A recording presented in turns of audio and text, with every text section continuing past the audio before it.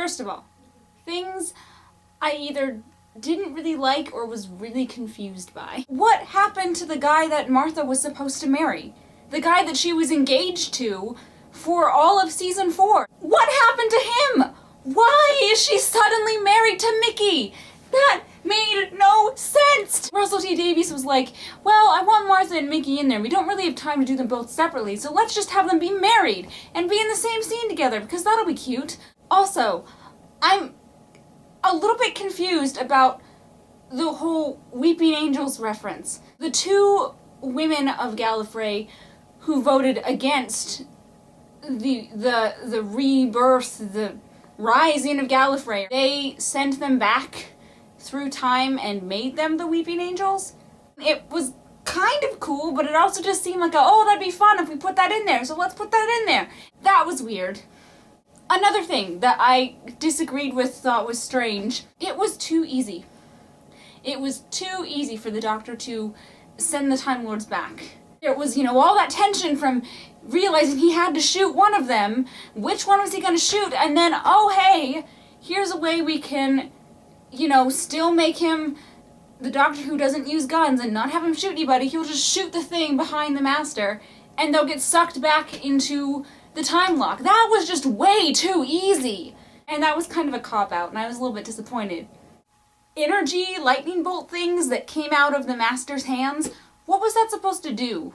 He, shoots him with all this energy, and the Doctor pretty much just, falls over and is stunned for a few minutes. But it doesn't really do anything to him.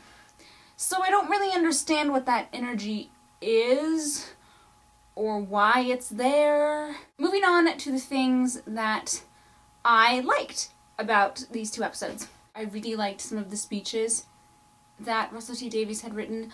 I loved the Doctor's speech to the Master about how he could have been so wonderful and so beautiful, and that they still could be if they traveled together, and that just seeing the universe was worth so much more than owning it all. Bernard Cribbins, Bernard Cribbins could do anything, and he would make me, want to cry. The whole, all the little things about, I'd be proud to be his dad, and the Doctor saying I'd be proud to have, that tore my heart out. It was so awesome. And then when he went in the chamber and was gonna let him go and absorb the radiation and die for him, and he said, it would be my honor. Oh my god! I applaud John Sim for all the work that he did in these 2 episodes. He had to be, pretty freaking crazy at sometimes. That scene with him eating that hamburger or whatever that is, that grossed me out. I didn't think anything John Sim could do would gross me out. That grossed me out. Having to, be crazy and then vulnerable and then have to play, every single person, all the different people in the world that were him. He had to do all of that stuff. It was... Oh, good job. I'm so glad Donna didn't die. I was so worried that she was gonna die, and I wish she could remember. I wish she could remember, even for just 5 minutes. I wish she could remember everything that happened. I loved that what he did for the last few moments of his life as the 10th Doctor was go and see all of the people who traveled with him that meant something to him. That whole sequence just made me so happy and made me cry. The little scene with Jack was really funny.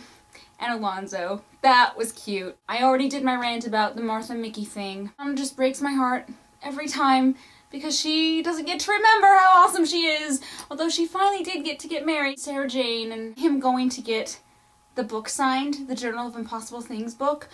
Oh, that ripped my heart out. Those 2 episodes, as I'm sure a lot of you know because I talk about them a lot and I wrote, that song about it. The Family of Blood and Human Nature are 2 of my very favorite episodes of Doctor Who.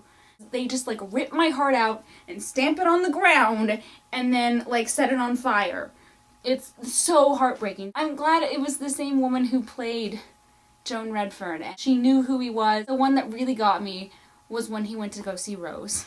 Oh, that just broke my heart because I wanted him to run after her. I mean, I know that he couldn't. If he did, there would be a paradox and the universe would be torn in half and everyone would die.